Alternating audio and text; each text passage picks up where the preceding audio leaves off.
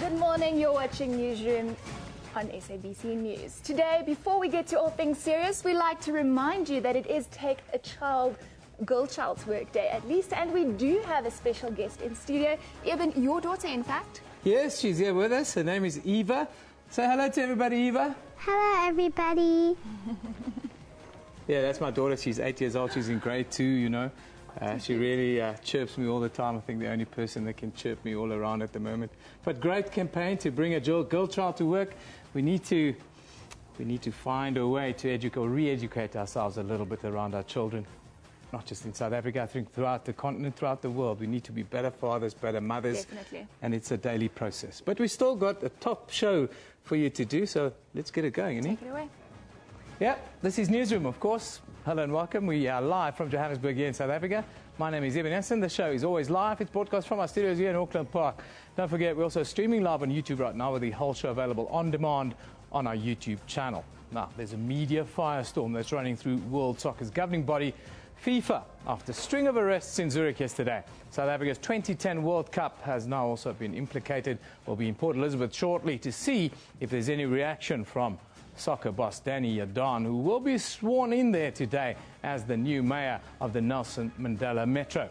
Also, a recent survey shows that more than 90% of South Africans struggle with online banking and need greater financial education. We'll close the show today with a look at EFC 40 that'll be held next weekend here in Johannesburg. But first, let's get the day's news from Manindo Mal.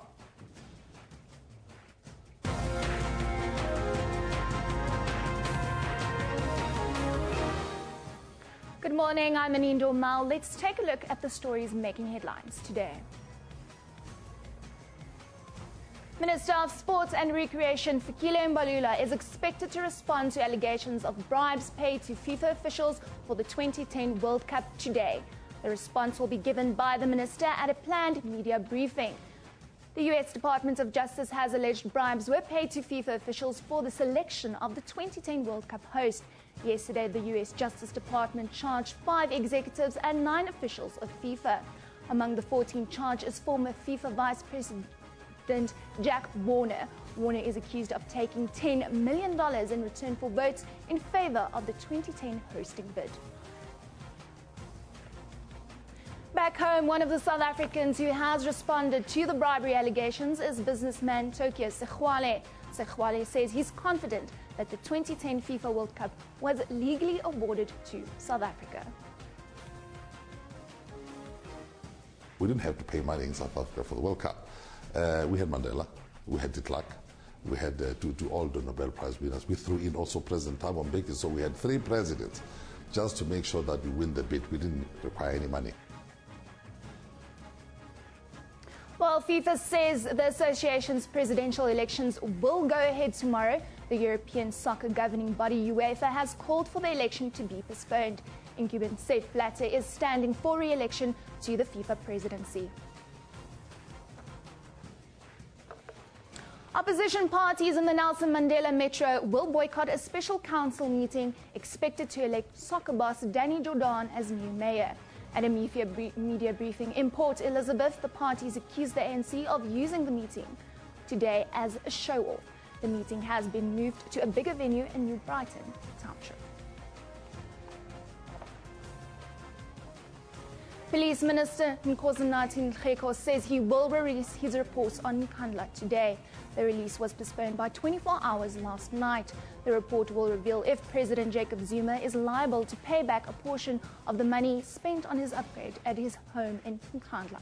Nearly a year ago, Public Protector Thuli Madonsela found that the president had benefited unfairly from 246 million rand upgrades to his private home. And wage negotiations between the South African Local Governments Association and the South African Municipal Workers Union will resume today. The union wants an 11% wage increase, while SALGA is offering 5.5%. Well, remember, you can find all of those stories on our Newsroom Facebook page. Just search for Newsroom. You can also follow us on Twitter at SABC Newsroom. Eben, back to you. Now, the Nelson Mandela Bay Metro is set to elect a new mayor today. This is, of course, the fourth mayor in a period of 6 years. Now, the special council meeting where Danny Jordaan will be elected as the new mayor will happen today. The DA, the UDM, COPE and the ACD have formed a united front against the appointment of Jordaan, his deputy, Bixon Dorney, and the ANC's chief whip, Lito Suka. Parties say they refuse to be drawn into the internal conflict of the ANC. They say they were approached by a number of disgruntled ANC councillors unhappy with their appointments. The opposition parties are also dissatisfied with the process, saying the ANC is imposing mayors onto the residents of the metro. The parties also don't approve of Jordaan retaining his presidency of the South African Football Association. Therefore, they need opposition parties to go and vote for Danny Jordaan. Danny Jordaan doesn't represent opposition parties. We're not going to vote for him. If the ANC wants to install him as a mayor, somebody that the public hasn't voted for, then the ANC must vote for Danny Jordaan. We want a person who is going to be here, take the interest of the citizens of the metro at heart. The executive mayor is a full-time position. I mean, Councillor Danny Jordaan, ladies and gentlemen, won't be able to make it.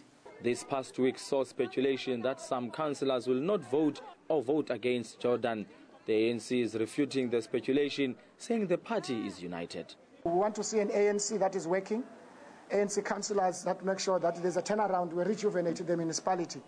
It delivers to the expectation and aspiration of the people of Nelson Mandela. And I think the sense we got from the councillors is precisely that all of them, they're up to the task. The ANC has 63 seats in the 120-seat council, enough for a legitimate election of new office bearers. A quorum to constitute a legitimate council meeting is 61 councillors. Abongile Dumago, SABC News, Port Elizabeth. Well, we were going to go down live to Port Elizabeth to get an update from Abongile Dumago. He did that piece. He was going to give us some reaction from Danny Jordaan with regards to what happened there. Now, I can tell you the story that's in the headline today, of course, is the reaction to the accusations of FIFA's scandal. The South African Football Association has dismissed allegations of corruption as baseless during the award of the 2010 Soccer World Cup here in South Africa. A U.S. indictment, well, it alleges that South Africa paid 120 million rand in bribes to win the rights to host the event. The South African government and the 2010 bid committee have been named in a U.S. probe into corruption into the sport's governing body. The world's most popular sport was plunged into turmoil yesterday as the U.S. Justice Department charged 5 executives of FIFA for, amongst others, fraud, bribery and money laundering. This all since 1991, more than 20 years ago now. Among the 14 charged is former FIFA Vice President and CONCACAF President Jack Warner, who is accused of taking $10 million from the government and the bid committee in return for votes. Now, I can tell you, one of the men right in the middle of this controversy now is Danny Jordaan. The Nelson Mandela Metro is set to elect Danny Jordaan as its mayor a little bit later this morning. Jordaan is expected to be nominated as special council meeting in Port Elizabeth. The council meeting is taking place at the Nongoza Jebe Hall in New Brighton. Jordaan, the deputy mayor-elect, Bixon Dorney and ANC chief whip Lito Suka were sworn in as councillors last week, paving the way for this election. But opposition parties in the metro are boycotting today's special council meeting. Those will not be the only concerns for the mayor-elect Danny Jordaan. Jordaan is widely revered as one of the architects that brought us the 2010 Soccer World Cup. Now the tournament is part of an investigation into widespread corruption in world football. Our reporter in Port Elizabeth, Abongile Dumago, well, he was set to attend the swearing-in ceremony. A very good morning to you, Abongile. Good morning, Eben. Good morning. Abongile, the Metro is ready for the swearing-in, but have you had any reaction from Danny Jordaan after this media firestorm around the 2010 Soccer World Cup? Has he said anything yet? Is he going to say anything? Unfortunately, thus far, Eben, he hasn't said a word. We tried even from yesterday to get a comment from him with regards to what has happened in as far as FIFA is concerned. He literally refused, saying that he's not at liberty to say anything to the media, not until after he's being elected officially as the mayor of the Nelson Mandela Bay Metro. So thus far, we haven't had any comment from Danny Jordan himself. Even the ANC, according to Zizi Kodwa, the spokesperson, they are not in a position to allow him to speak to the media up until he initially is being sworn in here as the mayor of the Nelson Mandela Metro. Yeah, I'm sure when Sports Minister Fikile Mbalula speaks to the media a little bit later today, that will be cleared up. But let's talk about what's happening there today. Just tell us about opposition parties boycotting this council meeting. What are they saying? Basically, we had a press conference with the opposition parties yesterday, led by the DA, the ACDP, of course, the COPE was there, and UDM.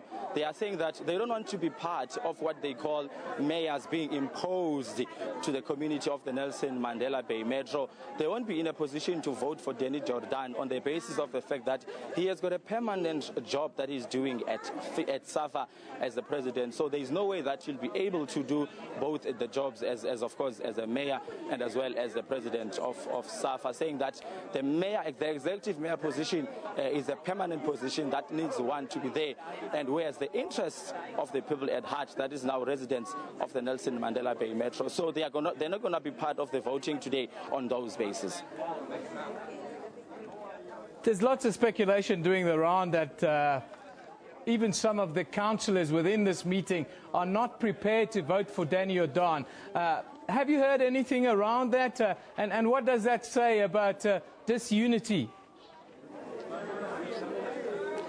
Again, Zizi Kodwa, ANC spokesperson, has disputed those as false, saying that after a caucus meeting that they have had yesterday afternoon at the ANC offices here in Port Elizabeth, the councillors at large showed unity amongst themselves. They actually showed anxiety, and they are willing to partake on what is to happen here at the Nangoza Chebe Hall behind me today, which is to elect officially Danny Jordan into mayor of the Nelson Mandela Bay Metro. He says there's unity. They're actually singing one song, which is to advance service delivery to the community of Nelson Mandela Bay Metro. There's no way that there's disunity within the party here in the region. And tell us about the move the meeting to the Nongoza Chebe Hall.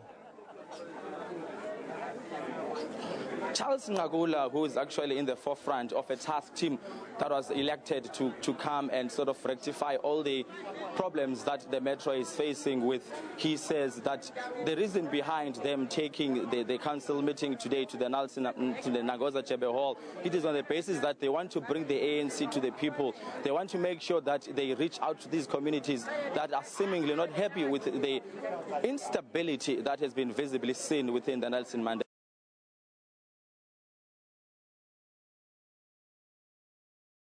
Witness this historic event that is taking place here in the Nelson Mandela Metro. Finally, I see a lot of people converging on the hall there behind you, Abengile. Tell us about the feeling in and around Port Elizabeth about today's happening, but also the overall picture with regards to the appointment. Excitement is rife, and of course at the same time there's mixed reactions from the community on the ground.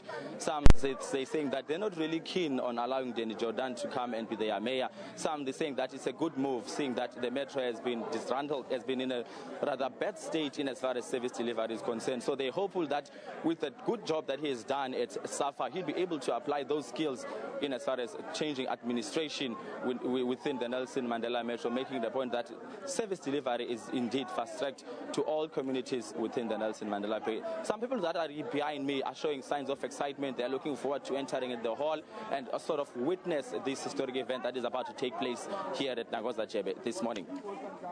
Abengile, thank you very much for joining us, giving us the update there as to proceedings at the hall in New Brighton, where Danny Jordan is expected to be sworn in today. Unfortunately for Danny, it coincides with a day where a massive media firestorm has broken out around FIFA and the dealings around the 2010 Soccer World Cup that was awarded to South Africa. The South African Football Association has meanwhile dismissed allegations of corruption as completely baseless during the award of the 2010 Soccer World Cup. A U.S. indictment alleges that South Africa paid 120 million rand in bribes to win the rights to host the event. The South African government and the 2010 bid committee have been named in a U.S. probe into corruption into FIFA. The world's most popular sport was plunged into turmoil yesterday as the U.S. Justice Department charged 5 executives and 9 officials of FIFA.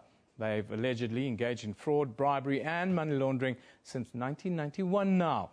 Among the 14 charged is former FIFA Vice President and CONCACAF President Jack Warner, who stands accused of taking $10 million from the government and the bid committee in return for votes in favour of hosting the 2010 World Cup. Arrests began in Switzerland with 7 FIFA officials picked up in Zurich, followed by an early morning raid on CONCACAF's headquarters in Miami, Florida, with charges including racketeering, wire fraud and money laundering. The criminal activity that we've identified did not solely involve sports marketing. Around 2004, bidding began for the opportunity to host the 2010 World Cup, which was ultimately awarded to South Africa, the first time the tournament would be held on the African continent. But even for this historic event, FIFA executives and others corrupted the process by using bribes to influence the hosting decision. The indictment also alleges that corruption and bribery extended to the 2011 presidential FIFA election and to agreements regarding sponsorship of the Brazilian national soccer team by a major U.S. sportswear company. 4 individuals are known to have pleaded guilty to certain charges and are cooperating with the investigation that extends to crimes committed as far back as 1991. In many instances, the defendants and their co-conspirators planned aspects of this long-running scheme during meetings held here in the United States. They used the banking and the wire facilities of the U.S. to distribute their bribe payments, and they planned to profit from their scheme in large part through promotional efforts directed at the growing U.S. market for soccer. Swiss authorities have launched criminal proceedings in relation to the awarding of the 2018 and 2022 World Cups in Russia and Qatar, respectively. Those indicted in the U.S. case stand accused of accepting bribes and kickbacks in excess of $150 million over a period dating as far back as 1991. More broadly, the indictments reveal an astounding breadth of corrupt activity that extended beyond the awarding of hosting tournaments into issues of marketing, match locations and broadcasting rights globally.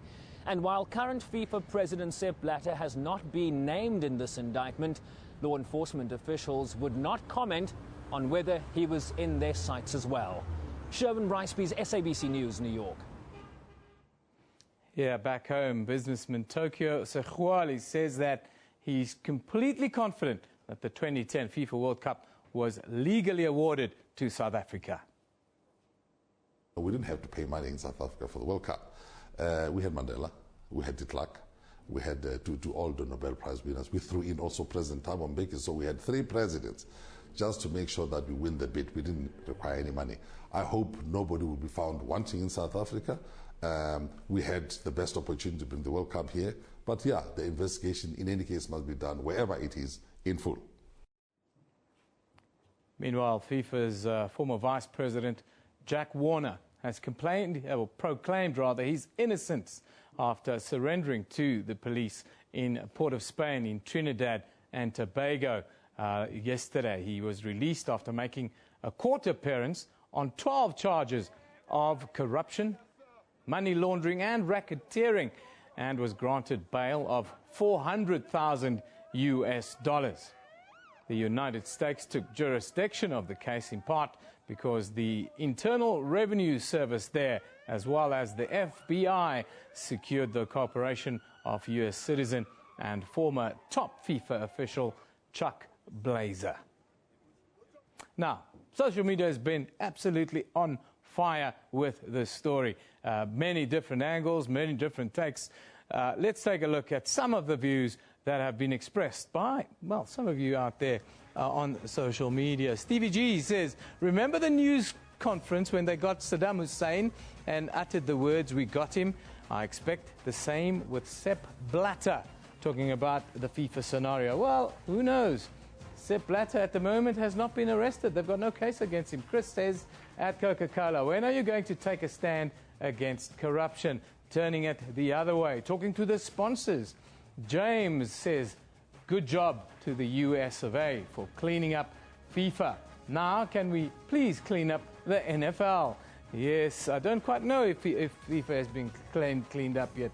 Pavel Gielski says FIFA preaches and prides itself on fair play, yet finds itself being run, I would think, on corruption.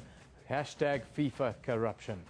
Nigel Williams says, if Blatter was a politician, he'd be in the International Court in The Hague with other dictators. FIFA corruption. They are stealing our game. Yes, that is a real sentiment that's been doing the rounds on all social media platforms for the last 24 hours, really, after the arrest began.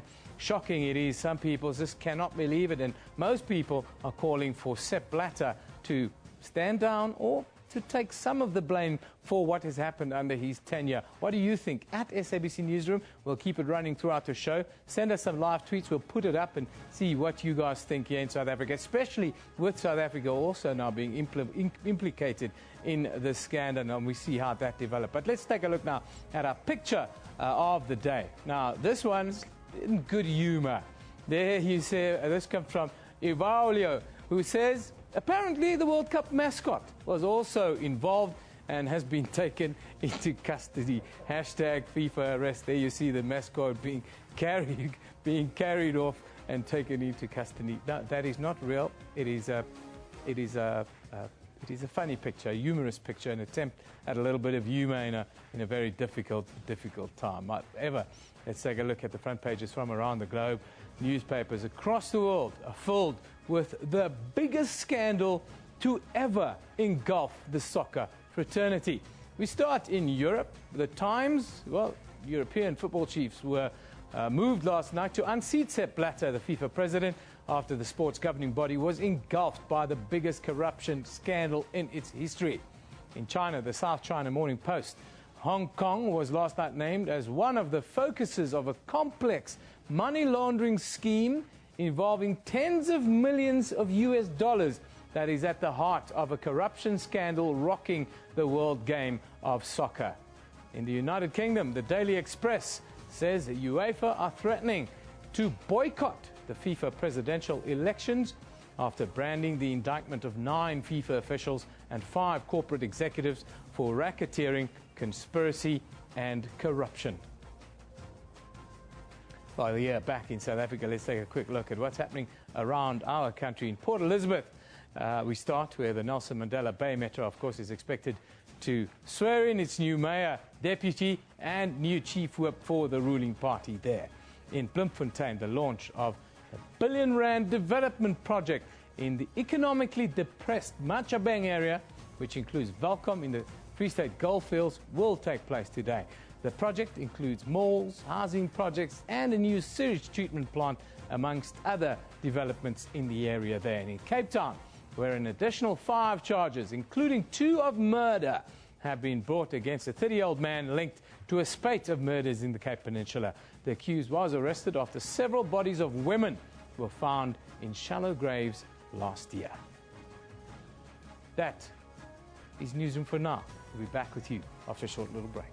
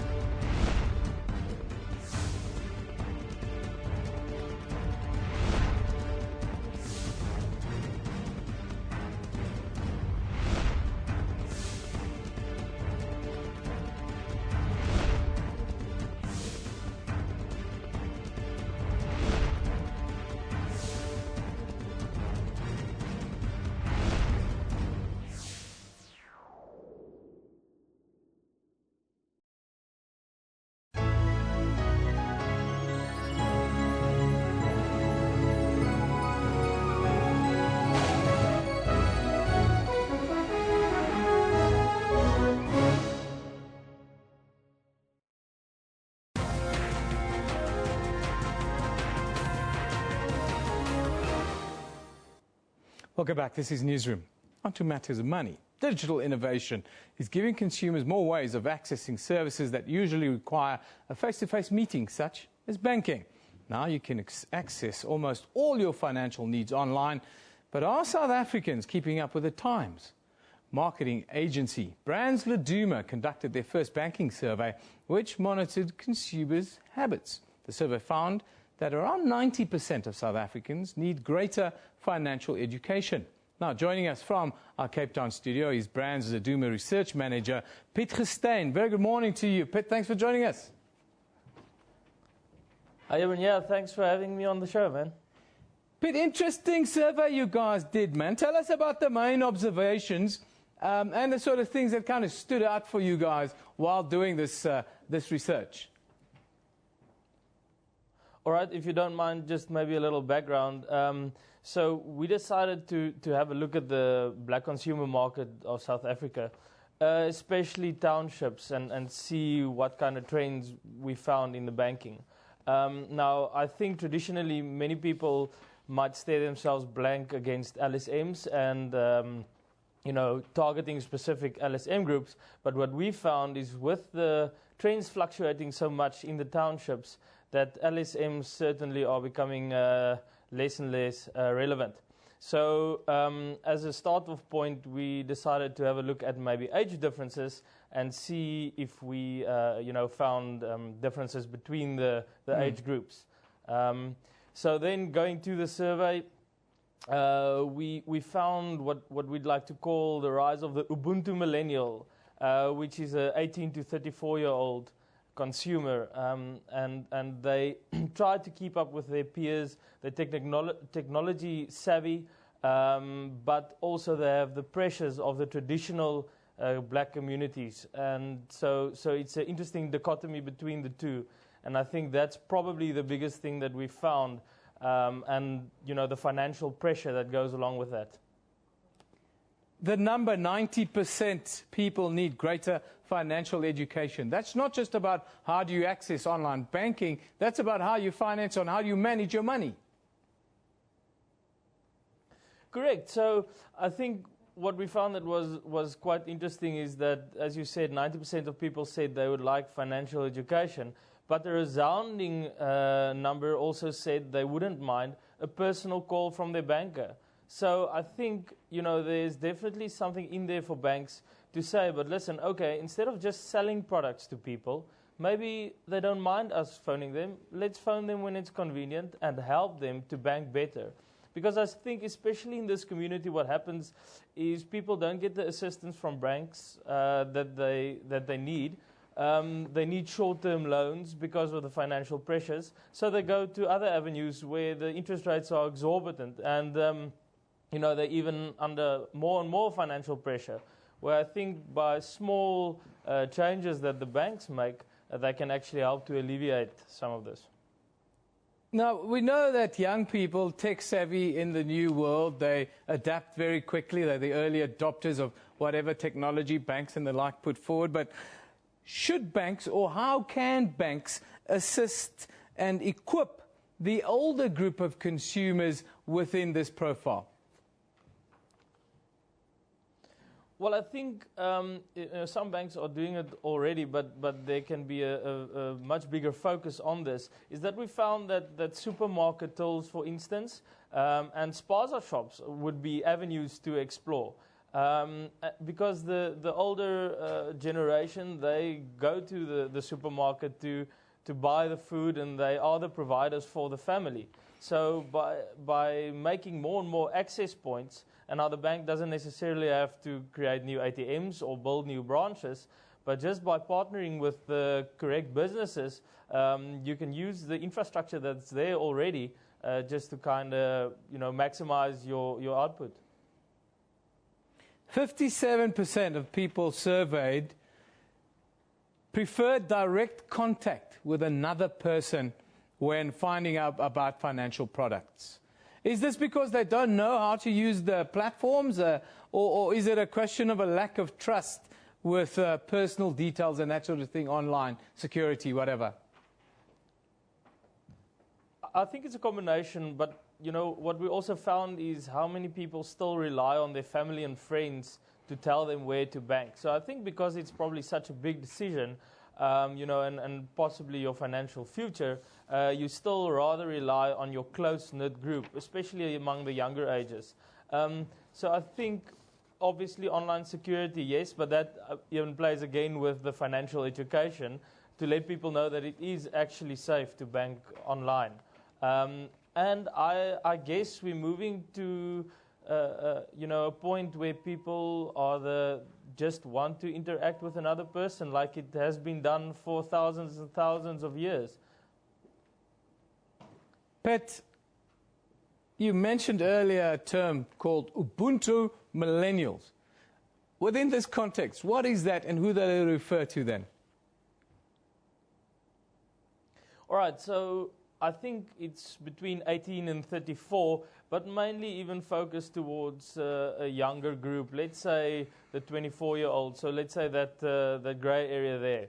And what's happening with these people, especially with the South African demographic and age structure, is that you find a lot of them actually have to look after their older parents or grandparents, but they're in their first or second job and they have to look after themselves as well and start their own families. So you're finding huge traditional community pressure on this group to be financially supportive both to older and younger generations, but then also globally, since the world is now so small with technology advancements, these guys need to stay up to date with the latest trends, but have to be aspirational to be able to have the newest technology and things.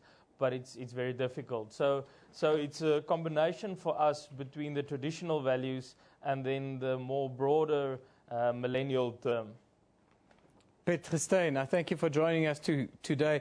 Brands Laduma research says 90% of us need financial education, and the same amount needs help with accessing online banking. Are you one of those? Send us your views at SABC Newsroom. But let's take a look at what's happening on social media. Of course, there's this massive thing that's blown up around the head of Sepp Blatter. Vernon Kay there says, why do they keep voting Sepp Blatter as the head of FIFA? Well, I think that's kind of self-explanatory, isn't it? Marlon says, wouldn't surprise me if Master Sepp Blatter calls the FIFA arrests offside.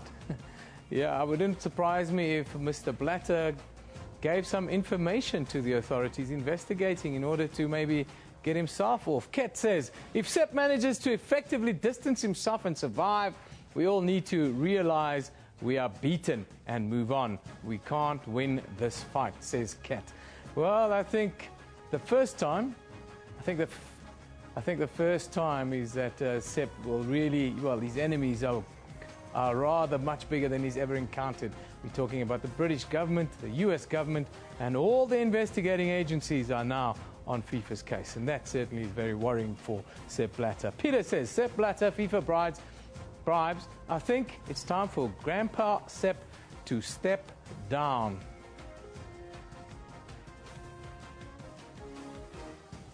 Well, we're going to put a tweet up here off air. That's what from Guy Spike. That Guy Spike. It's so easy being conservative. It's conservative until something happens to you, and you realize we all probably should be in this together. He's talking about the Texas flood. Yes, we had pictures of the Texas flood running yesterday. It's certainly an immense disaster playing out. But let's take a look at what's happening on Newsroom's Facebook page. What's happening there today? Police Minister Nkosinathi Nhleko says he will definitely release his report on Nkandla today. Public Protector Thuli Madonsela found almost a year ago that the president had benefited unfairly from 246 million rand upgrades to his private home. Then also on our page, Madagascan president has challenged an impeachment vote against him in Parliament, where critics say he has dragged religion into politics and failed to deliver on his promises. And the European Union has announced it will pay countries in its northern areas 6,000 euros per person to accept asylum seekers who arrive in southern European countries from across the Mediterranean. For more of those updates, now that's a fantastic story. For more updates, you can go to this page on Facebook. It's called Newsroom. It will pop up. Just like it.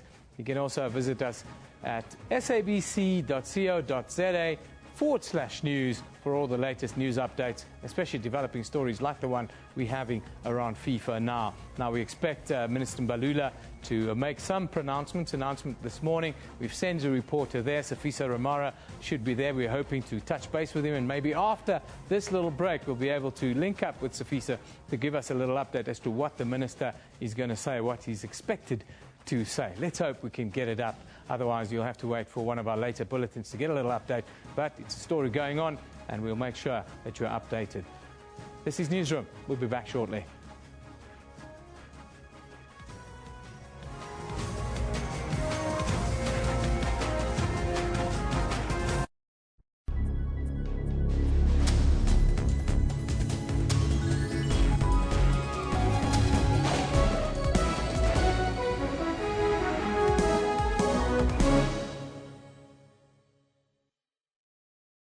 OMG, let me take a selfie. I just love selfies. Except of my ex. No, not that ex. The ex on my ballot paper. Because my vote is my secret and for my eyes only. Let me rather take a selfie of my thumb to show I support democracy. And you should too, peeps. Mwah.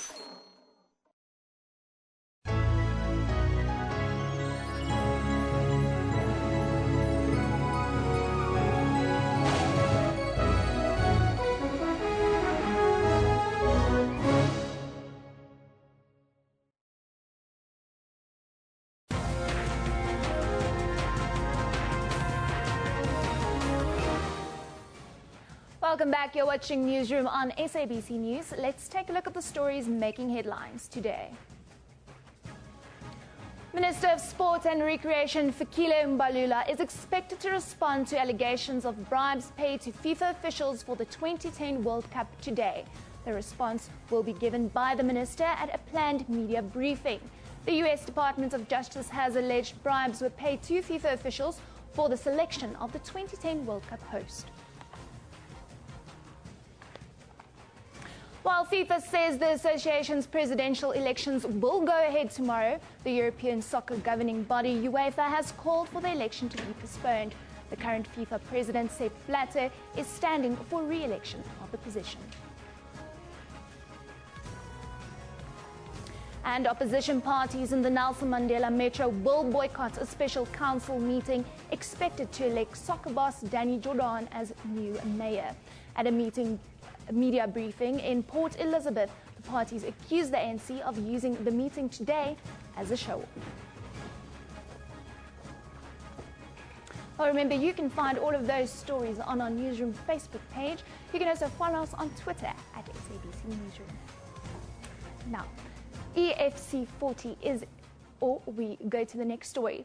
FIFA insists there will be no revote on the 2018 and 22 World Cups in Russia, despite a corruption investigation from Swiss authorities into the bidding process for both tournaments. They also say that the presidential elections will go ahead tomorrow.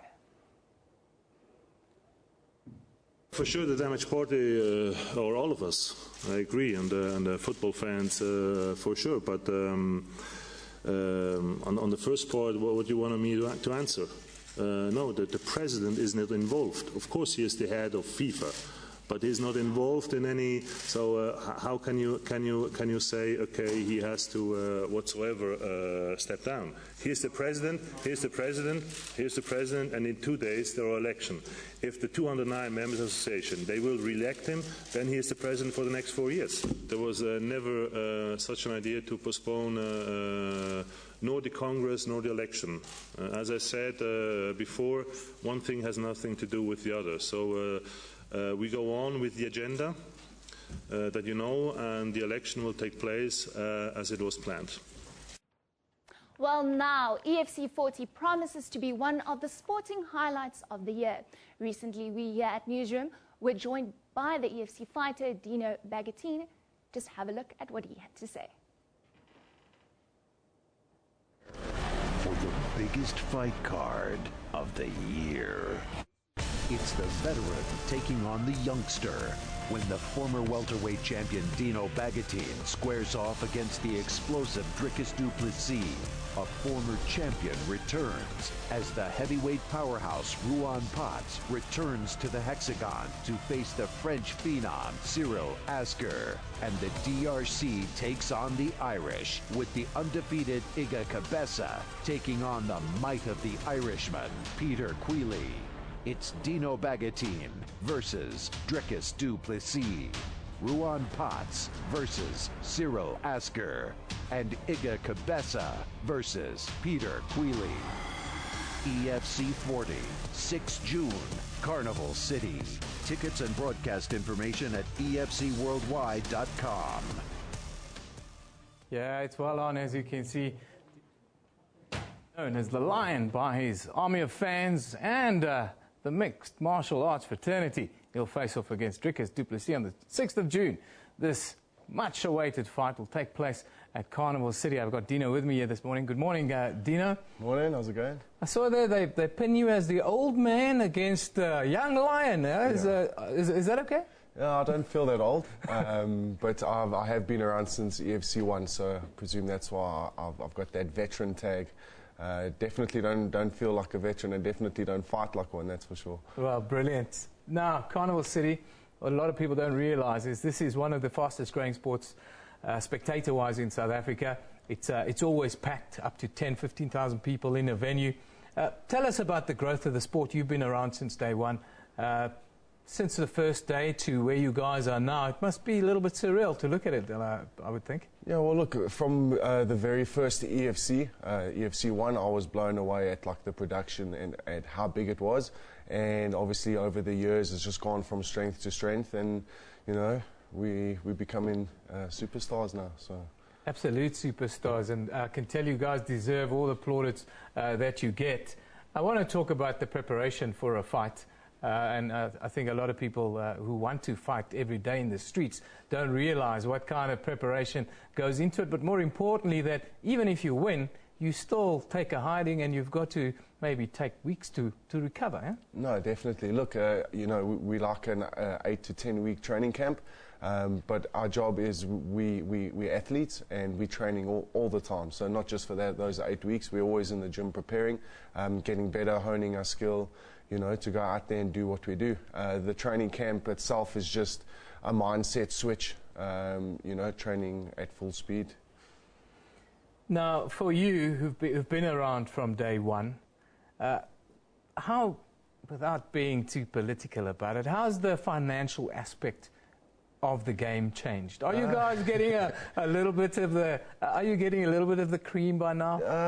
Look, it's not where it should be. We're getting nowhere near what boxers and footballers are getting. But you know, the sport's growing and it's heading in that direction. Right now, we devote our lives to the sport, and I'm sure.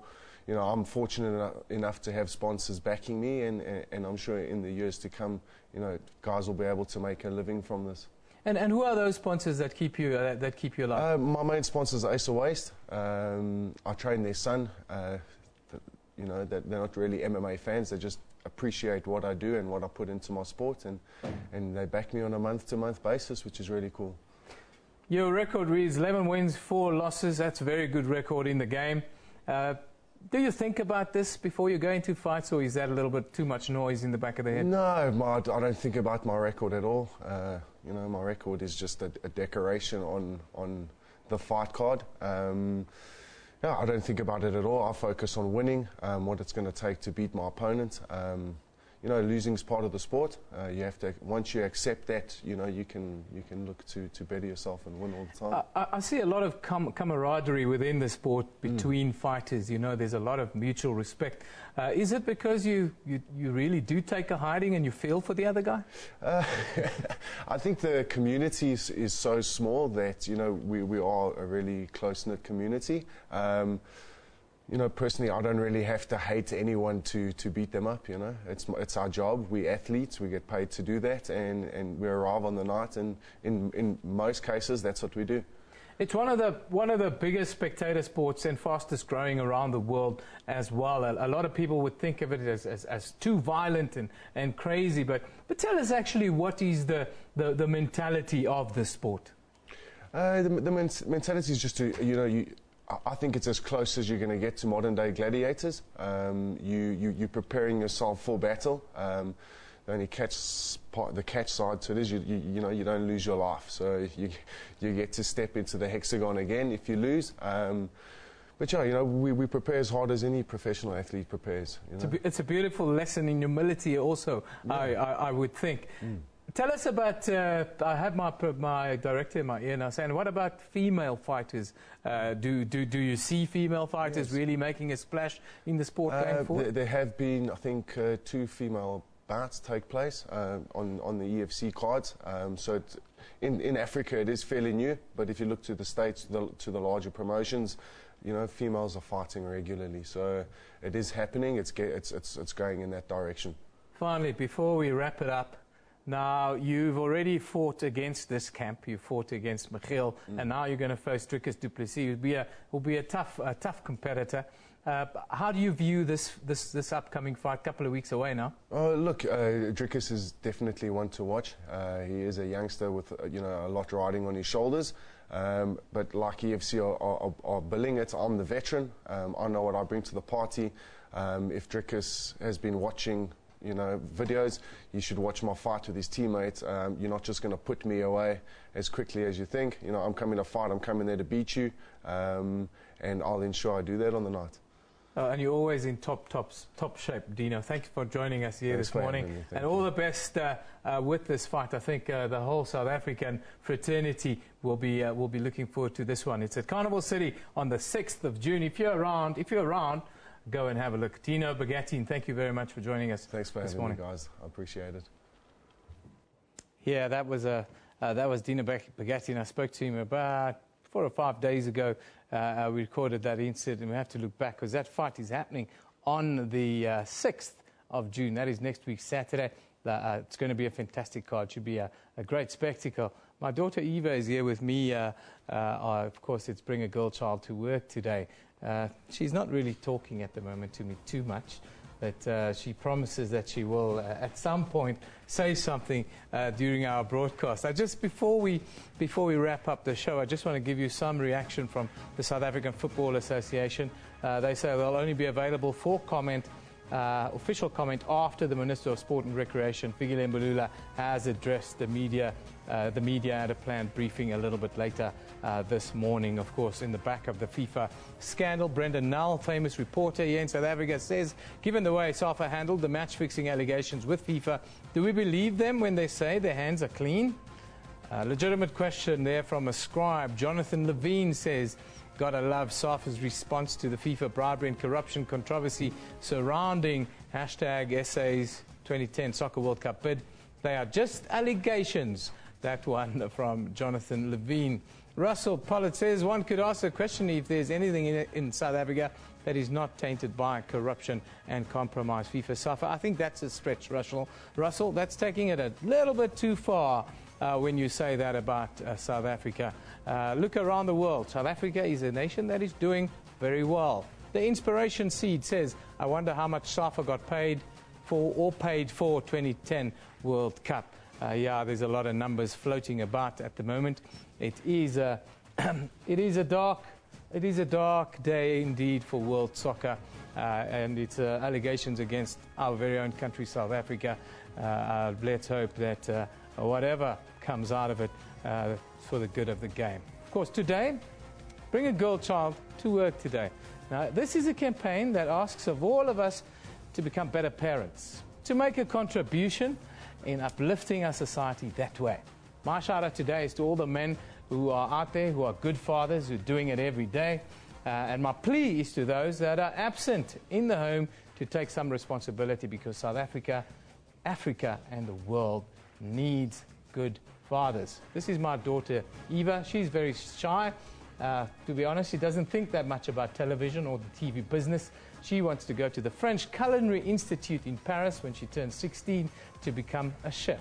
Go figure. That's where we go. Say goodbye, Eva. Say, we love it in the morning. We love it in the morning. There we go. See you guys tomorrow.